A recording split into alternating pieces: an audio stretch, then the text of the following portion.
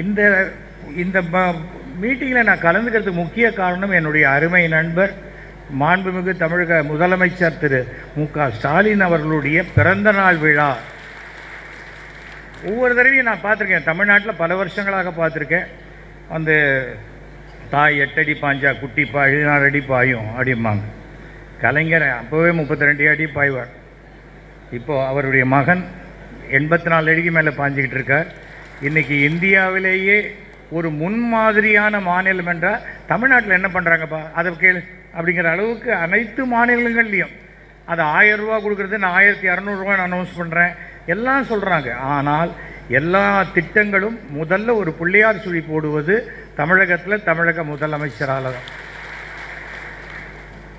இன்றைக்கும் அவர் யாராக இருந்தாலும் பார்த்து டக்குன்னு பேசுகிறது. ஒரு தடவை என்ன பார்க்கவே இல்லை, என்ன சார் நீங்கள் பிஸியாக இருக்கீங்க அப்படின்னு. நான் தான் உங்களை பார்க்குறேன், அந்த கடலை மிட்டாய் கடை வாசலில் நிற்கிறீங்களே அப்படிங்கிறார். அது கான்வாய் போகிற ரூட் அது. இருந்தாலும் எவ்வளோ கவனிக்கிறாங்கிறதுக்கு சொல்கிறேன். ஒரு விஷயம் ஒருத்தரை பிடிச்சது. எனக்கு திராவிட திமுகவினுடைய பல கொள்கைகள் எனக்கு பிடிக்கும். அந்த பிடிக்க கொள்கைகளில் அந்த அண்ணான்னு சொல்கிறது எனக்கு ரொம்ப பிடிக்கும். காரணம் என்னென்னா எங்கள் அப்பாவையே நாங்கள் அண்ணான்னு தான் கூப்பிடுவோம். ஸோ அந்த ஏதோ ஒரு நெருக்கம் ஒரு இருக்குதுன்னு வச்சுக்கோங்களேன், அது நம்ம ஃபேமிலியில் இருக்கணும். இத்தனை லேடிஸ் வந்திருக்கீங்க, இத்தனை பேர் வந்திருக்கீங்க. திடீர்னு பாஜகவில் சொல்கிறாங்க தமிழ்நாட்டில் பெண்களுக்கு பாதுகாப்பு இல்லைன்னு. இங்கே என்ன வாசலில் பிஜேபிக்காரங்களை பாதுகாப்பு கொடுக்குறாங்க. அவங்க பாதுகாப்பு கொடுக்காத வரைக்கும் உங்களுக்கு நல்லது.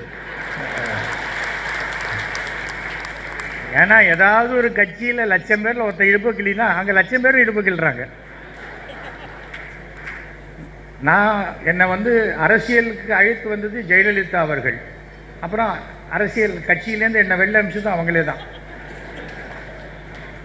அப்போ தான் தெரிஞ்சுக்கிட்டேன், ரொம்ப அளவு கடந்து நேர்மையாக இருக்கக்கூடாது ஒரு கட்சியிலேருந்து.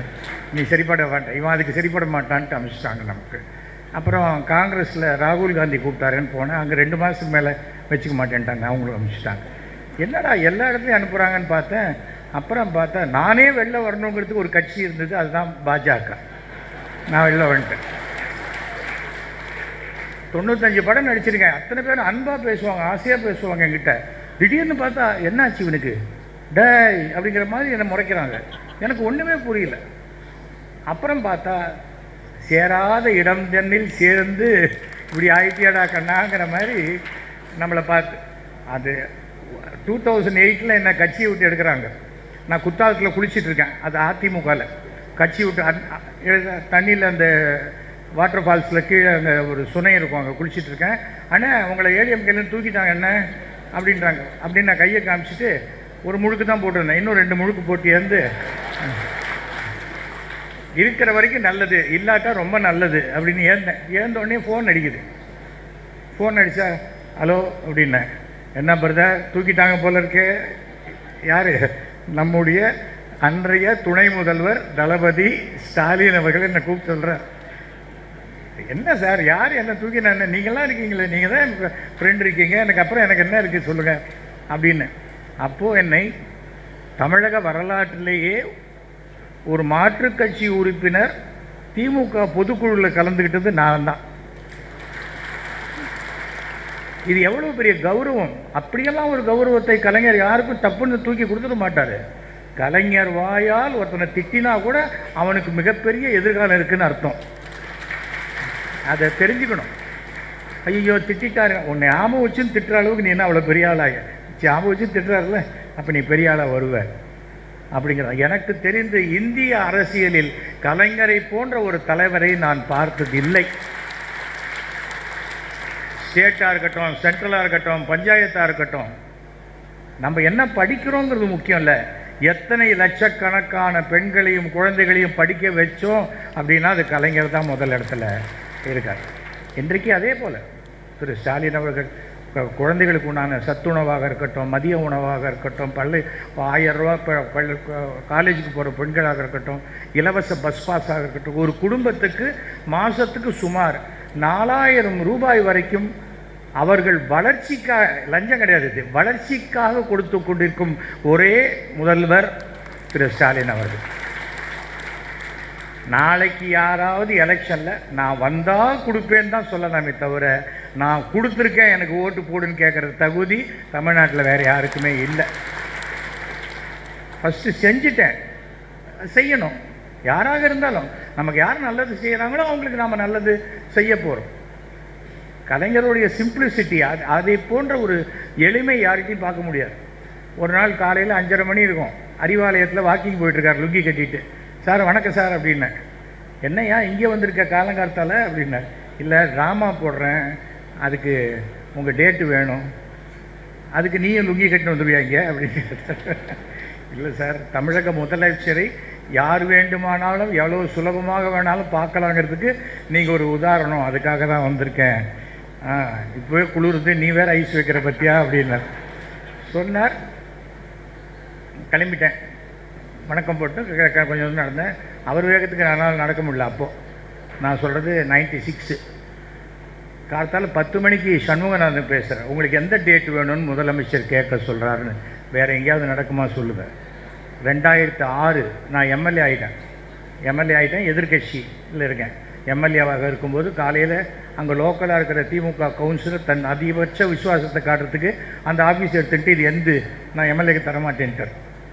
நான் என்ன பண்ணேன், வாசலில் கார் டிக்கிலேயே வச்சு சைன்லாம் பண்ணி கொடுத்தேன். அது ஏதோ பத்திரிக்கையில் ஃபோட்டோ வந்துடுச்சு. அடுத்த நாள் காலத்தில் 6 மணி சண்முகநாதன் பேசுகிறார். தலைவர் சொல்கிறாரு, காலத்தால் பேப்பரை பார்த்தாராம், அந்த ஆஃபீஸை நீங்கள் எடுத்துக்க சொல்லிட்டாரு, அந்த கவுன்சிலர் அங்கேருந்து காலி பண்ண சொல்லிட்டாராம். யாராவது சொல்லுவாங்களா சொல்லுங்கள். என்னென்றால் அது என்னன்னா, நீ எதிர்கட்சியோ இதுவோ கலைஞருக்கு ஒருவரை பிடித்து விட்டால் அது அவர் நெஞ்சில் போய் உட்காருதுங்கிறது அவ்வளோ கஷ்டம். அது எனக்கு கிடைச்ச மிகப்பெரிய பெருமையாக நான் நினைக்கிறேன். அதே பெருமை தான் இன்றைக்கு நம்முடைய மாண்புமிகு முதலமைச்சர் திரு மு.க. ஸ்டாலின் அவர்கிட்டையும். அவர் அன்றைக்கி பேசின பேச்சு ஒரு ஸ்கிரிப்ட் கிடையாது, அப்படியே இதயத்தின் அடித்தளத்திலேருந்து வர ஆத்மார்த்தமான பேச்சு. இவர் எந்த கட்சியில் இருக்காருன்னு நமக்கு தெரியாது, ஆனால் என்றைக்கு நம்ம பக்கம்தான் இருப்பார். இது மாதிரி யாராவது ஸ்டேஜில் சொல்லுவாங்களா? சொன்னார். அவர் எனக்கு ஆணையிட்டார், நான் இன்றைக்கி இந்த ஃபங்க்ஷன் வந்திருக்கேன். எந்த ப்ரைவேட் ஃபங்க்ஷன் நான் போகவே இல்லை, நான் இதுக்கு வந்திருக்கேன். ஆனால் 2026 நான் கேட்பேன், அவர் மறுக்கக்கூடாது என்றார். நான் மறுக்கவே மாட்டேன். 2026 அதுக்கப்புறமும் நான் உங்களோட தான் இருப்பேன், எந்த பிரச்சனையும் கிடையாது. ஆனால் கட்சி என்பது எனக்கு போகிறோன்னு விட்டுட்டேன். போகிறோம், நமக்கு கட்சி போகிறோம். சேரறது வெள்ளை அனுப்புறது ரொம்ப ஒரே உள்ளே வெளியே ஆட்டம் நமக்கு பிடிக்கல. சார், நமக்கு எந்த இடத்துலையுமே சுய சிந்தனை, இது மற்றவர்கள் நலனுக்காக பாடுபடுறது, அந்த மாதிரி இருக்குது. இப்போது பிடிஆர் அவர்கள் எனக்கு கிட்டத்தட்ட என்ன மாதிரி தான், என்ன நினச்சாலும் தப்புன்னு சொல்லிவிடுவார்.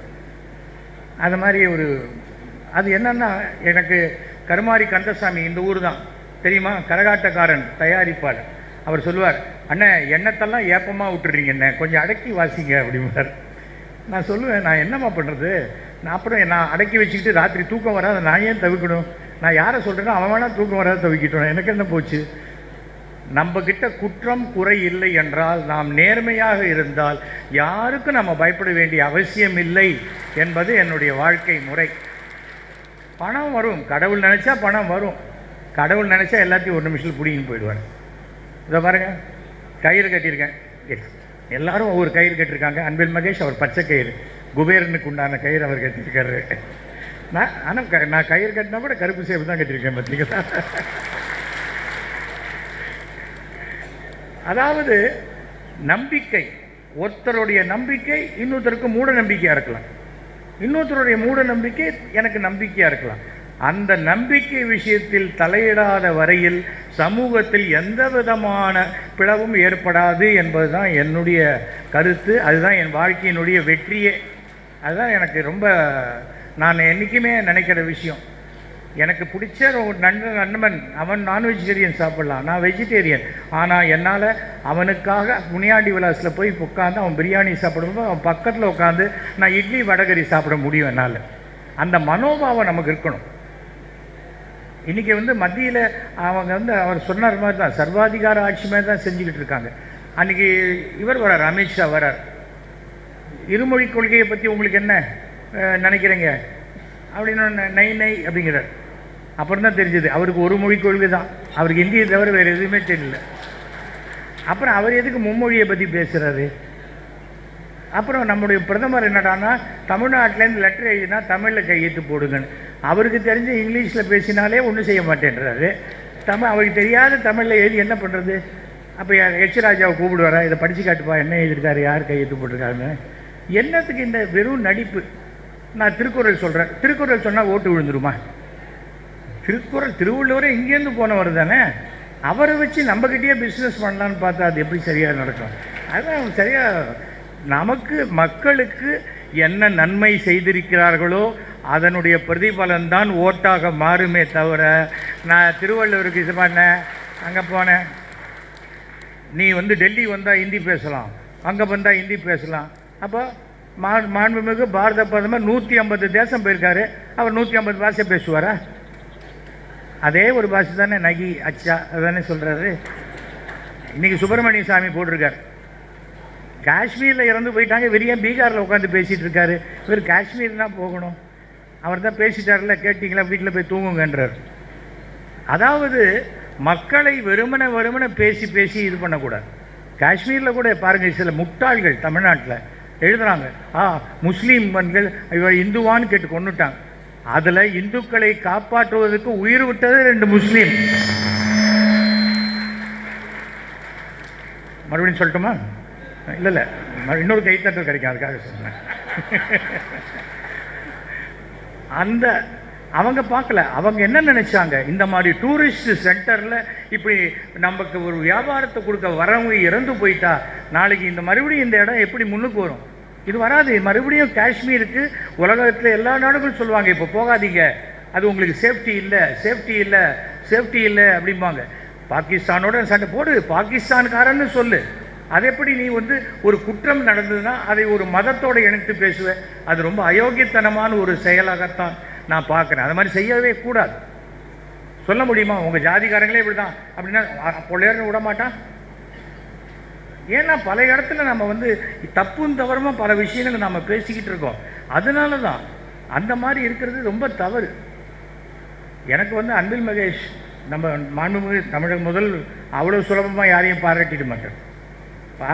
அவர் பாராட்டுறதுன்னா அவர் கன்வின்ஸ் ஆகணும், அவர் ஏற்றுக்கொண்டால்தான் அந்த பாராட்டு கிடைக்குமே தவிர, சார் கொஞ்சம் பாராட்டுங்க அப்படின்னா அதை வாங்கி இந்த பக்கம் போட்டு அப்புறம் அப்படின்றவர். அப்படிப்பட்டவர். இவர் 45 மினிட்ஸ் பேசி முடித்தோன்னே சபாஷுங்கிறார். நேற்றைய பேச்சும் இன்றைய பேச்சும் மலைக்க வைத்து விட்டதுன்னா எவ்வளோ பெரிய இந்த இளைஞருக்கு நம்முடைய பாராட்டுதலை நாம் தெரிவித்துக் கொள்வோம். ஒவ்வொரு கட்சியிலையும் அடுத்தது யாருன்னே தெரியாது இருக்கும்போது இங்கே அடுத்த தலைமுறை டீமே தளபதிகள் ரெடியாகி கொண்டு வருகிறார்கள். ரொம்ப பெரிய ஆச்சரியம். நம்ம இப்போ கூட இவங்க பேசும்போது சொன்னாங்க சவுக்கடி அப்படின்னாங்க. எனக்கு சவுக்கடினா கோயம்புத்தூரில் பண்ணுற சவுக்கு தான் ஞாபகம் வரும். யாருக்குமே வலிக்காத ஒரு சவுக்கை வச்சு நம்ம அடிச்சுக்கிட்டு பாவம். அண்ணாமலை என்றுமே நிரந்தரமானவர். திருவண்ணாமலையில் பிஜேபியில் இல்லை, அப்படியே கிள்ளிக்கேர் அது போடாட்டு தூக்கி எறிஞ்சிட்டாங்க பாருங்கள். அவ்வளோதான், முடிஞ்சு போச்சு. அவருக்கு மைக்கை பார்த்தா தடன்னு என்ன பேசுறதுன்னு தெரியாத பேசிக்கிட்டு இருப்பார். நான் செருப்பு போட மாட்டேன், போடாது அப்படி பார்த்தா ஷூ போட்டு போகிறார். அதுக்கு யாரோ அன்றைக்கி புதுசாக நயினார் நாகேந்திரன் வந்துட்டார். அவருக்கு ஒரு பயம், ஒருவேளை இவர் திரும்பி வந்துட்டா என்ன பண்ணுறது. அன்றைக்கி சனிக்கிழமை அவர் என்ன பண்ணார், ஒரு ஜோடி செருப்பை வாங்கி அண்ணாமலை கிட்ட கொடுத்து நீங்கள் போட்டுக்கோங்க, செருப்பு தானமாக கொடுத்தாலே தரித்திரம் நம்மளை விட்டு போச்சுன்னு அர்த்தம்.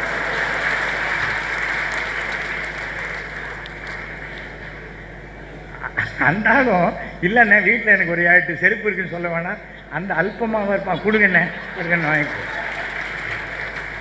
நான் எனக்கு புரியவே இல்லை, அவ்வளோ அல்பமாக என்ன குடும்பத்துக்கு தான் 10 லட்ச ரூபா யாரோ கொடுக்குறாங்கல்ல, சாப்பாட்டு செலவு எல்லாத்துக்கும் கொடுக்குறாங்க. அவருக்கே 10 லட்ச ரூபா வாட்சை சீப்பாக 2 லட்ச ரூபாய்க்கு கொடுக்குறாங்க. இன்னி வரைக்கும் அந்த ரசீது கொடுக்கவே இல்லை. அவர் எதுவுமே கொடுக்க. அண்ணாமலை அப்படின்னா பொய் அப்படிங்கிறது தமிழக அரசியலில் ப்ரூவ் பண்ணுறதுக்காக ஒரு 3 வருஷம் அவரை வச்சுருந்தாங்க.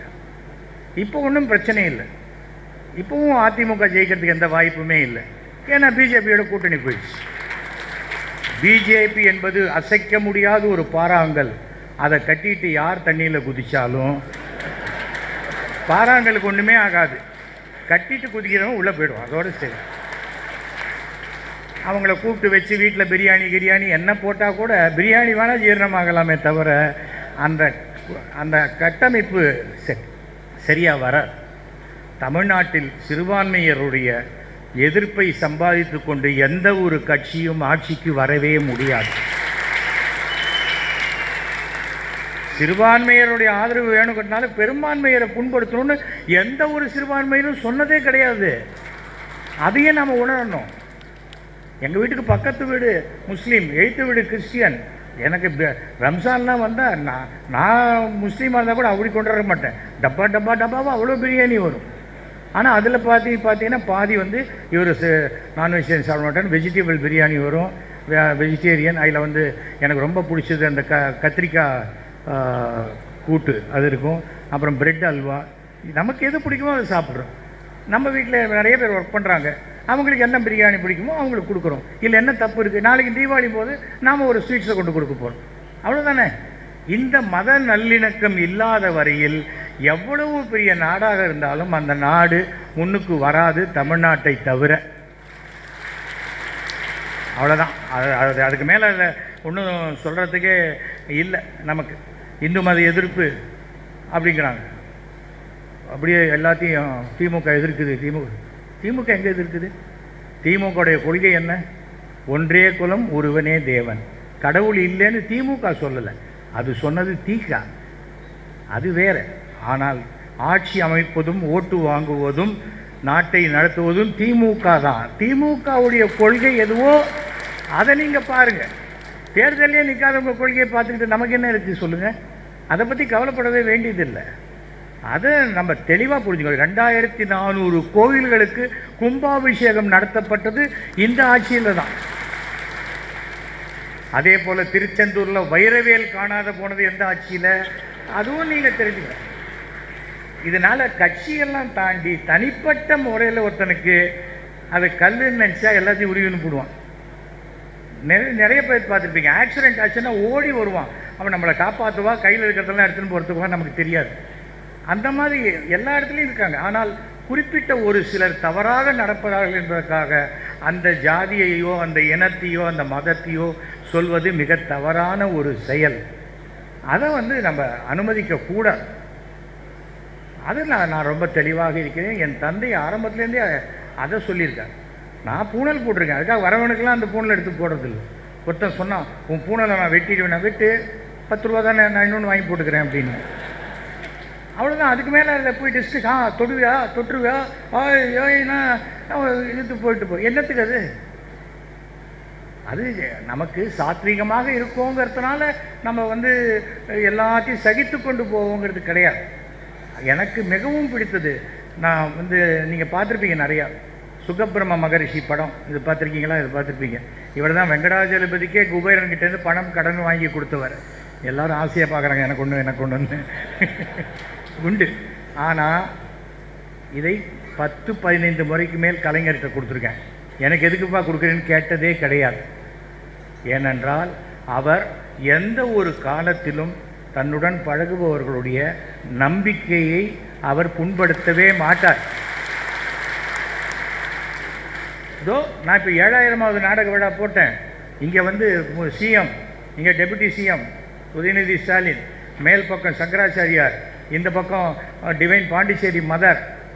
ஒருத்தன் கேட்டான், என்னப்பா ஏதோ சங்கரமட இன்விடேஷன் போட்ட மாதிரி போட்டிருக்கீன்னா, எபா இதை சிஎம்மே கேட்கல, நீ ஏன்டா கேட்குற, உனக்கு என்ன அப்படின்னு. அந்த அடிப்படையான விஷயங்களை நம்ம புரிஞ்சுக்கணும். அதைத்தான் நம்ம மற்றவங்களுக்கு சொல்லணும். அதுதான் முக்கியம். தேர்தல் 2026 யார் எந்த கூட்டணி அமைத்தாலும் 2026 மீண்டும் மு.க. ஸ்டாலின் அவர்கள் தான் முதலமைச்சர். அது ஏன் சின்ன கேப் விட்டேன்னா, முத்துவேல் கருணாநிதி என்ற ஸ்டாலின் அவர்கள் அப்படின்னு அவர் சொல்லுவார். அதற்காகத்தான். கவர்னருங்கிற வார்த்தைக்கு உங்களுக்கு யாருக்காவது அர்த்தம் தெரியுமா? அது என்னன்னா, ஒரு வண்டி ஸ்பீடாக போச்சுன்னா அவ்வளோ ஸ்பீடாக லாரியெல்லாம் போய் தறி கட்டி ஓடி நைட்டு இடிச்சிடும். அதுக்காக இந்த லாரி 70 கிலோமீட்டருக்கு போகக்கூடாதுன்னு அதில் ஒரு கவர்னர் ஃபிக்ஸ் பண்ணுவாங்க. அந்த லாரி அந்த 70 கிலோமீட்டருக்கு மேலே போகாது. அதுக்காக அந்த கவர்னரே தானே லாரி ஓட்டணும்னு ஆசைப்பட்ட எப்படி சரியாக வரும்? அந்த ஆசைக்கு தான் ஆப்படிச்சாங்க சுப்ரீம் கோர்ட்டில். நீ என்ன வேலையோ அதை மட்டும் பண்ணு. ஒரு தடவை சொன்னாங்க கவர்னருக்கு ஒரு சொகுசு பங்களா பீச் கிட்ட கட்ட போகிறோம் 2006. நான் சொன்னேன் அவரே சும்மா தான் இருக்கார், அதுக்கு இதுக்கு சொகுசு இவ்வளோ பெரிய இடத்துல இருக்காரு, இதுக்கு வேறு தனியாக இன்னொரு பங்களா இதுக்கு. நியாயமாக அவர் ரொம்ப ரொம்ப எனக்கு தெரிஞ்சு ஐபிஎஸ் படித்தவங்கலாம் எத்தனையோ போலீஸில் ரொம்ப ஆனஸ்டாக இருக்காங்க.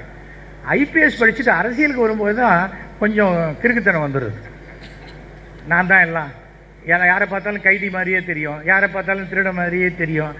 அப்போ அவனுக்கு பார்த்தா நம்ம கூண்டில் இருப்போம், கூண்டில் சிங்கத்தை பார்ப்போம், பற்றியா பாவம்பா கூண்டுக்கு பக்கத்து சிங்கம் நினைக்கும், பற்றியா கூண்டுக்கு அந்த பக்கம் அவன் இருக்கான் பாரு அப்படின்னு. அதுக்கு பார்த்தா நாம் கூண்டில் இருக்கிற மாதிரி இருக்கும். அது மாதிரி தான் நமக்கு அவரை பார்த்தா இருக்குது. நாம் அதை பற்றி எதையுமே கவலைப்படுவோம். இன்றைக்கு எந்த மாநிலத்தில் தேர்தல் வந்தாலும் மாண்புமிகு மு.க. ஸ்டாலினுடைய திட்டங்கள் என்னன்னு பார்த்து தான் அறிவிக்கிறாங்களே தவிர, நாங்கள் யாருக்குமே பணம் கொடுத்ததில்லைன்னு சொன்னோம். பிஜேபி இப்போ 1200 கொடுக்குறேன்னு சொல்லி டெல்லியில் அனௌன்ஸ் பண்ணி தானே வந்தாங்க. அப்போது நீ ஜெயிக்கிறதுக்கு மாத்திரம் உனக்கு திமுக வேணும், பணம் கொடுக்கறதே மாத்திரம் திமுக அரசுக்கு கொடுக்க மாட்டேன்னு சொல்கிறது எந்த விதத்தில் நியாயம் இல்லை.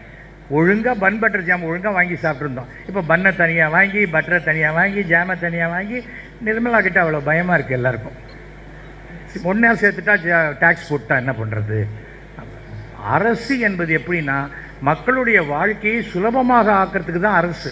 ஆனால் கழுத்தை நெரிக்கிற மாதிரியே எல்லாத்துலேயும் பண்ணி கொண்டிருந்தால், அப்போ கூட இன்றைக்கி நிர்மலா சீதாராமன் மாண்புமிகு ஃபினான்ஷியல் மினிஸ்டர் அவங்க சொல்லியிருந்தாங்க, நாங்கள் இந்த ஒரே நாடு ஒரே தேர்தல் 2029க்கு பிறகு தான் வரும்னாங்க. அதை பற்றி நீங்கள் கவலைப்படாதீங்க, அப்போ இருக்கிற ஆட்சி அதை பார்த்துக்கோம் அப்படின்ட்டேன். 2029 மீண்டும் பாரதிய ஜனதா டெல்லியில் வருவதற்கு உண்டான வாய்ப்பே இனி இந்தியாவில் கிடையாது. அப்பவும் அந்த தேர்தலின் போதும் யார் கூட்டணி யார் தலைமை என்றால் அது திரு மு.க. ஸ்டாலினுடைய தலைமையில் தான் நடைபெறும். ஒருத்தர் கடகடன்னு பேசணும், வளவளன்னு பேசணும், அப்படி பார்க்குறவங்கன்னா அம்மா எப்படி எப்படி அப்படிலாம் கேட்கணும்னு இல்லை. அதாவது அதிகமாக பேசாமல் மிக அதிகமாக செயல்படும் ஒரு தலைவர் என்றால் அது நம்முடைய மாண்புமிகு தமிழக முதல்வர். இது ரொம்ப நிறையா விஷயங்கள் சொல்லிக்கிட்டு போகலாம். இது ஒரு கருத்தரங்கம். என்கிட்ட சொன்னேன் கருத்தரங்கன்னு சொல்லிட்டு தலைப்பே சொல்லலையேன்னு. தலைப்பு சொன்னால் பேசிடுவீங்களான்னு கேட்டார் என்னை கூப்பிட்டவர். நான் சொன்னேன் தலைப்புன்னு ஒன்று கொடுத்தீங்கன்னா ஆகவேன்னு சொல்லி அந்த தலைப்பை கடைசியில் சொல்லுவேனா, அது இல்லாத போச்சு நமக்கு. அவ்வளோதான். எனக்கு என்ன தெரியுமோ அதை தான் நான் சொல்லணும். என்றுமே நான் இருந்துட்டேன் கட்சியில் இருக்கும்போது அந்த கட்சியினுடைய கொள்கைகளை எனக்கு பிடிக்காட்டா கூட சொல்லணுங்கிற ஒரு இக்கட்டான சூழ்நிலை வரும்போது என்னால் மனசாட்சிப்படி நடக்க முடியல. இன்றைக்கி பாருங்கள், எனக்கு இது பிடிச்சிருக்கு சார், இது பிடிக்கல சார், இது சிறவையாக இருக்கும், இது மாதிரி பண்ணால் நமக்கு நிறையா ஓட்டு வரும். 2026 இதே நம்முடைய மாண்புமிகு முதலமைச்சர் சொல்லும் பொழுது நான் தமிழகம் முழுக்க சுற்றுப்பயணம் செய்வேன் என்பதை இந்த மேடையில் நான் சொல்கிறேன். நான் எந்த பதவியும் கேட்கல. நான் இனிமேல் அடுத்த மயிலாப்பூர் எம்எல்ஏ தான் போகிறோம். ஒரு தடவை இருந்துட்டேன். 300 கோடி ரூபாய் வேலை நடந்தது. அதில் ஒரு பைசா கூட கமிஷன் வாங்காத ஒரு எம்எல்ஏ நான் அப்படி காலரை தூக்கிட்டு இருக்கேன். போதும், எனக்கு ஒரு வேலை ஆகணுமா? அதோ அன்பில் மகேஷ் இருக்கார், சார் இதை பண்ணி கொடுக்கணும், பண்ணி கொடுக்க போகிறாரு. எல்லோரும் இருக்காங்க. நமக்கு நாமே செஞ்சுக்கிறது பெட்டரா? அதுக்கு நமக்கு செஞ்சு கொடுக்குறவங்க இருந்தால் அது போருமே. நமக்கு சும்மா 75 வயசில் 80 வயசில் ஓடி தடுக்கி விழுந்து இதெல்லாம் எதுக்கு நமக்கு? நம்ம பாட்டுக்கு அடுத்த தலைமுறைக்கு வழிவிட்டு இளைஞர்களுக்கு நம்ம ஒரு வாழ்க்கையை கொடுக்கும்போது தேசமே சிறப்பாக இருக்கும்.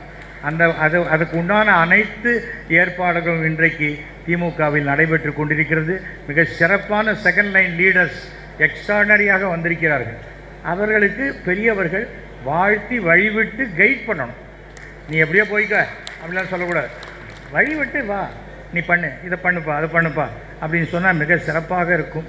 நான் ஏன் எல்லாம் நிறையா லேடிஸையே பார்த்து பேசுகிறேன்னு சொன்னால், முதல்ல பிடிஆர் சொல்லிட்டு போயிட்டார் 200 ரூபாய்க்கு 100 ஜிபிஎஸ் கொடுக்குறேன்னு சொல்லி. இப்போ 50 ஜிபிஎஸ் வரும்போதே புருஷனுக்கு சாப்பாடு கிடைக்க மாட்டேங்குது. 100 ஜிபிஎஸ் கிடைச்சா நமக்கு என்றைக்கு சாப்பாடு? என்னுடைய கவலையே எனக்கு ரொம்ப இப்படி தான் பார்த்துட்ருப்பா, இப்படி பார்த்துட்டே இருப்பா. என்னம்மா சாப்பாடு? வரும் வரும். எது வரும்? இது வருமா அது வருமானு தெரியாது. பட் என்ன, அதையெல்லாம் தாண்டி பெண்கள் இன்றைக்கி வேலையில்லாமல் இருக்கேன்னு யாருமே சொல்கிறதில்லை. எல்லோரும் டிவி பார்த்துட்டு இருக்காங்க. அதை விட ஒரு பெரிய வேலை என்ன சொல்லுங்கள்? நான் சொல்லுவேன், ஏதாவது மீட்டிங்கில் போனால் நான் ஆம்பளைங்களை பார்த்து பேசவே மாட்டேன். ஏன்னா அவங்கெல்லாம் இவன் என்ன நம்மளோட பெரிய பிஸ்தாவா? அப்படின்னு நான் இங்கே வலது காதில் வாங்கி இடது காதில் விட்டுருவாங்க. லேடிஸ்லாம் அப்படி கிடையாது. சொல்கிறது அப்படியே 2 காதுலையும் வாங்கி அடுத்த நாள் காலத்தால் வாய் வழியாக பக்கத்து வீட்டுக்காரிகிட்ட சொல்லிகிட்டு இருப்பாங்க. அதனால்தான் தாய்மார்களே பெரியோர்களேன்னு அப்புறம் தான் ஃபஸ்ட்டு தாய்மார்கள் சொல்கிறேன். ஏன் ஒரு விஷயத்தை சொன்னால், ஒரு வீட்டில் ஒரு பையன் படித்தா வருவான், அப்படி சாக்ஸ் பறக்கும், ஷூ இங்கே பறக்கும், புக்ஸ் அப்படி போகும், ஓடியே போயிடுவோம் விளையாட. ஸ்கூலில் என்னடா சொல்லி கொடுத்தாங்க, பாடம் தான் அப்படின்ட்டு போயிடுவோம். அதுவே பொண்ணு வந்தால் இந்த கமலா என்ன பண்ணா தெரியுமா, என் ஜடையை பிடிச்சி இழுத்தா, நான் வந்து அவள் காதை கடிச்சிட்டேன் அப்படின்னு சொல்லி டீச்சர் இன்றைக்கி வந்து நேற்றுக்கு போட்டுன்னு அதே புடவையை போட்டுன்னு வந்திருக்காங்க. அத்தனை டீட்டெயில் சொல்லுவாங்க. ஒரு படிக்காத தாய் தன் பொன் குழந்தையை பள்ளிக்கூடம் அனுப்பிச்சா அந்த பொண்ணு 12th படிக்கிறதுக்குள்ளே அவங்க அம்மா 10th எக்ஸாம் எழுதி பாஸ் பண்ணுற அளவுக்கு நாலேஜபிள் ஆகிடுவாங்க. எனக்கும் ஒரு பொண்ணு ஒரு பையன். என் பையனுக்கு என்னெல்லாம் கற்றுக் கொடுத்தேனோ அதெல்லாம் என் பொண்ணுக்கு கற்றுக் கொடுத்தேன். அது மாதிரி தான் லைஃப்பில் பெண் ஆண்லாம் இல்லை, நாம் எல்லாரும் சமம். அதை நீங்கள் தெரிஞ்சுக்கணும். நீ பொட்ட பொண்ணு அந்த மாதிரி வார்த்தைகள்லாம் சொல்லக்கூடாது. எங்கள் வீட்டில் டீ போட்டே பேசக்கூடாது. அதெல்லாம் ஒழுக்கங்கள் வந்து பெற்றவர்கள்கிட்டேருந்து தான் வரணும். பாடம் பள்ளிக்கூடத்தில் சொல்லிக் கொடுப்பாங்க, பாடத்தை பள்ளிக்கூடத்தில் சொல்லிக் கொடுப்பாங்க. ஒழுக்கம் பெற்றவர்கள்கிட்ட தான் வரணும். அதை நம்ம சொல்லிக் கொடுத்துட்டா, நீங்கள் நிறைய பேர் இருக்கீங்க, கோயிலுக்கு போகிறீங்களோ போகலையோ, ஒரே ஒரு விஷயம், நம்மை பெற்ற தாய் தந்தையரை தினமும் வணங்குங்கள். அதுதான் 1000 கோயிலுக்கு போகிற சமம். கிளம்புறதுக்கு முன்னாடி காலையில் எங்கள் அம்மாவுக்கு நமஸ்காரம் பண்ணிட்டு தான் வந்தேன். எங்கள் அம்மாவுக்கு 96 வயசு. பார்த்து ஜாக்கிரதையாக போயிட்டு வாடா, அவ்வளோதான் சொல்லுவாங்க. ஊருக்கு போறிய எவ்வளோ பணத்தோடு வருவார், அந்த மாதிரிலாம் கேட்க மாட்டாங்க. 10 தடவை நமஸ்காரம் பண்ணுங்க அவங்க அம்மாவுக்கு. நல்லா இருறான்னு தான் சொல்லுவாங்களே தவிர, ஏன் அடிக்கடி நமஸ்காரம் பண்ணுற, ஏதாவது எங்கிட்டேருந்து உனக்கு வேணுமா கேட்க மாட்டாங்க.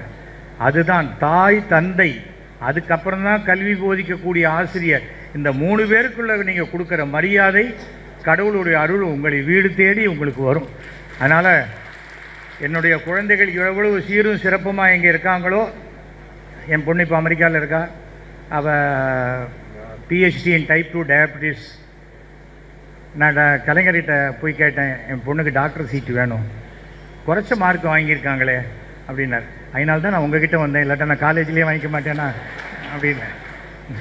அப்புறம் சொன்னேன், நீங்கள் சீட்டு கொடுக்கணுங்கிறதுக்காக வரல, நீங்கள் என்ன பதில் சொல்கிறீங்கன்னு பார்க்க தான் வந்தேன். ஏனென்றால் நான் உங்கள் கட்சிக்காரனே இல்லை, என்னை ரொம்ப மதித்து அன்போடு நடத்துகிறீங்க, சும்மா ஒரு கல்லெறிஞ்சு பார்க்கலாமே தான். டாக்டர் சீட்டு கெடுக்கலே பரவாயில்ல, வெட்டினரி டாக்டராவது கொடுங்களேன் அப்படின்னு. வெட்டினரி டாக்டரா? ஆமாம், ஆடு மாடை கொண்டா அது ஒரு பாவம் இல்லை இல்லையா அப்படின்னு. அப்புறம் என் அவளே PhD படித்து டாக்டரேட் தான் வாங்கியிருக்காள். எதற்காக சொல்ல வருத்தம் கிடையாது. ஒருத்தர்கிட்ட ஒரு வேலைக்கு போகிறோம், அவர் இல்லைன்னு சொன்னோன்னா அப்படியே ஜென்ம விரோதியாக பார்க்குறத முதல்ல நிறுத்துங்க.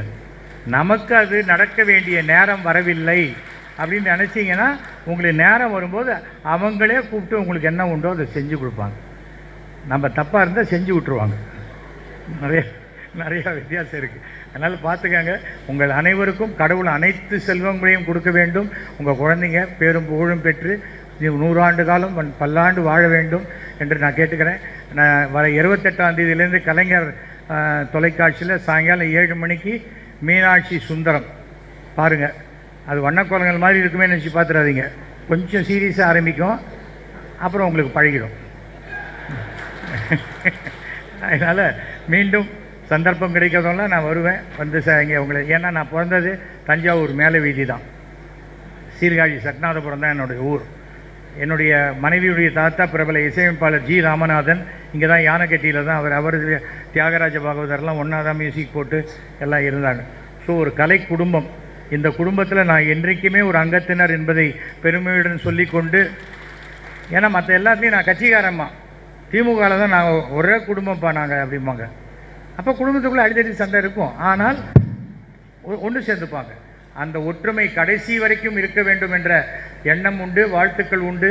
மீண்டும் மீண்டும் இப்படிப்பட்ட ஒரு நல்ல வாய்ப்பை கொடுத்ததுக்கு என்னுடைய அருமை தம்பி திரு அன்பில் மகேஷ் அவர்களுக்கு என்னுடைய மனமார்ந்த நன்றிகளை நான் தெரிவித்துக் கொள்கிறேன். மீண்டும் சந்திப்போம். நிறைய இருக்குது அது பேசும்போது, ஏன்னா சார் பேச போகிறாரு, எனக்கும் நைட்டு ட்ரெயின் இருக்கிறதுனால. மீண்டும் சந்திப்போம். நன்றி, வணக்கம். யாராவது நான் பேசுனதை பற்றி கருத்து சொல்லணுன்னா எப்போ வேணால் எனக்கு ஃபோன் பண்ணி சொல்லுங்கள். 9841023545. என்ன சார் இப்படி ஃபோன் நம்பரை கொடுக்குறீங்களேன்னா, அத்தனை பேர் எனக்கா பண்ண போகிறாங்க, நீ விடுப்பா, ஏதோ பாதி பேர் அவர் ஆசை கொடுக்குறான்னு நினச்சிப்பாங்க. எங்கள் தெருவிலெல்லாம் அந்த இந்த இங்கே இவ்விடம் பொது கைப்பிடுங்கிற இடத்துலலாம் என் நம்பர் இருக்குது.